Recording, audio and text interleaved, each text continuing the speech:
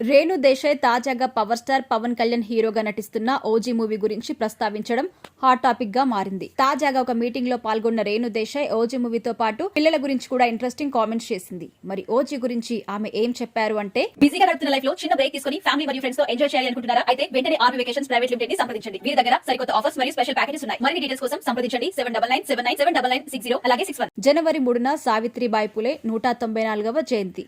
ఈ సందర్భంగా విజయవాడలో భారత చైతన్య యువజన పార్టీ ఆధ్వర్యంలో నిర్వహించిన మహిళా ఉపాధ్యాయ దినోత్సవ కార్యక్రమంలో రేణు దేశాయ్ స్పెషల్ గెస్టుగా పాల్గొన్నారు. ఈ కార్యక్రమంలో ఆమె మాట్లాడుతూ సావిత్రిబాయి పులే మహిళల విద్య కోసం ఎంతగానో కృషి చేశారని గుర్తు చేశారు.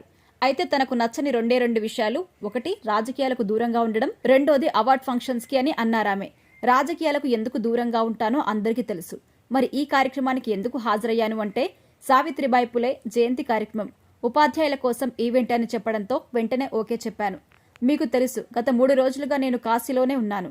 అయితే ఖచ్చితంగా ఈవెంట్కి వస్తాను అని చెప్పాను. ఇక పిల్లలు తల్లిదండ్రుల కంటే ఉపాధ్యాయులతోనే ఎక్కువ టైం కేటాయిస్తారు. అలాంటి వాళ్లను సమాజానికి ఉపయోగపడే విధంగా తయారు చేయాల్సిన బాధ్యత టీచర్స్ పై ఉంటుందని చెప్పుకొచ్చింది రేణు. అయితే ఈ కార్యక్రమంలో మరో గెస్ట్గా హాజరయ్యారు దిగ్గజ నటుడు బ్రహ్మానందం. ఒకే వేదికపై బ్రహ్మానందాన్ని చూడడం సంతోషంగా ఉంది అంటూ రేణు ఎగ్జైట్ అయింది. ఆయన్ని చూస్తుంటే వణుకొచ్చేస్తుందని చెప్పింది. అదే విషయాన్ని తెలియజేస్తూ రేణు దేశాయ్ బ్రహ్మానందాన్ని ఓజీ అని సంబోధించింది. ఓజీ అంటే ఏంటి అని ఆయన అడగ్గా ఒరిజినల్ గ్యాంగ్స్టర్ అని నవ్వేసింది. మిమ్మల్ని చూశాక ఇలా అనక తప్పట్లేదు. నిజంగా ఈ వేదికపై మిమ్మల్ని చూడ్డానికి ఎంతో సంతోషంగా ఉందో నేను చెప్పలేను అంటూ బ్రహ్మానందంతో స్టేజ్ షేర్ చేసుకోవడంపై ఆనందం వ్యక్తం చేసింది. అయితే రేణు ఇలా పవన్ నటిస్తున్న ఓజీ సినిమా టైటిల్ ను తన నోటితో చెప్పేయడంతో తెగ ఖుషి అవుతున్నారు మెగా ఫ్యాన్స్.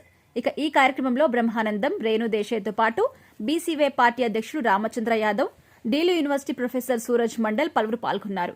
ఈవెంట్ చివర్లో రేణు దేశాయ్ ఉపాధ్యాయులకు అవార్డులిచ్చారు.